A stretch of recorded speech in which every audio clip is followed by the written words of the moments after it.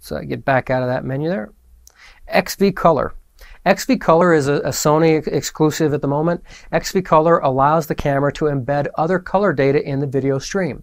You won't see a difference in the picture unless you're viewing your images on an XV Color enabled broadcast monitor or an XV Color enabled television monitor display, such as an LCD panel plasma or DLP, such as the Sony Bravia system and some of the other XV Color enabled systems. However, if you're using Sony Vegas and a few of the other NLE systems, the NLE systems actually can extract the XV Color information from the video stream, and you can get a much richer, thicker, prettier picture from this camcorder if you shot with XV on. Now, you won't see any picture difference between XV Color on and XV Color off. So I don't really know why the manufacturer gives us the ability to turn it off, because if you're viewing a picture that was shot with XV Color on a standard monitor that doesn't have XV Color enabled, you're not going to see any difference in the picture.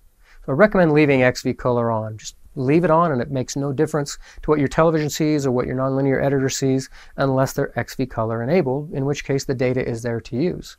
Okay, so just leave that on. Fader.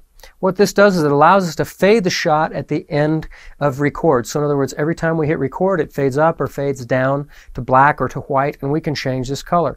A lot of the sport photographers out there really love this particular feature because it allows them to create a transitional point from one shot to another. So in this case, we've got a fader available to us, a mosaic available, or a fade to black and white available to us in these different modes. I'm not a fan of using these transitional pieces or these transitional modes, but some folks really love them. Next are digital effects. Okay, we can turn on cinema effect, still motion effects, so that we can add some things to the picture here. You can get an idea of how these work. So we'll click back out of there. Some flash effects if we want those kinds of effects. And we can, depending on the mode that the camera is in, we can put it into cinema effect. We'll need to be in an automated mode here. And we can put in an old movie or a trailer effect that gives us a little bit of a blur. So there's some cool things that we can add to the picture here. I'm not a big fan of the digital effects, but we'll leave this off. Digital effects are something you would use if you're shooting the next Star Wars or you're shooting your favorite home movie. Let's move on. Now, the picture effects are exactly the same thing as we have with the digital effects, but they apply to still images as opposed to applying to motion images. So we've got black and white, mosaic, some solarizing and pastels, or we can put in to change skin tones or negative art or sepias. There's a number of things that we can do with this. Okay, the smooth slow record. This is a feature that a lot of people are interested in. What this does is it allows us to take very smooth, very slow motion pictures with the camcorder. There's a caveat. Now you can see here what the smooth slow record looks like. It's very smooth and it's very slow, but you'll notice it looks just a little bit grainy or maybe not quite as pretty. That's because when we're using the smooth slow record mode, it actually drops the resolution of the camcorder.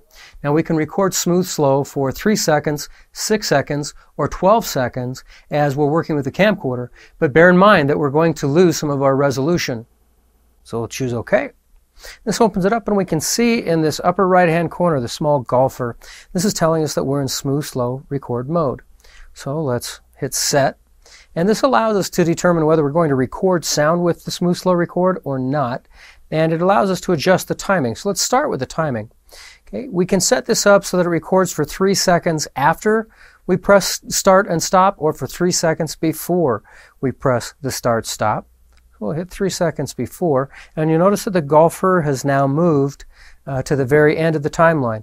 So what this is telling us is that when we press the smooth slow record button and then we press the record button, it's going to record for 3 seconds until we press the start stop button.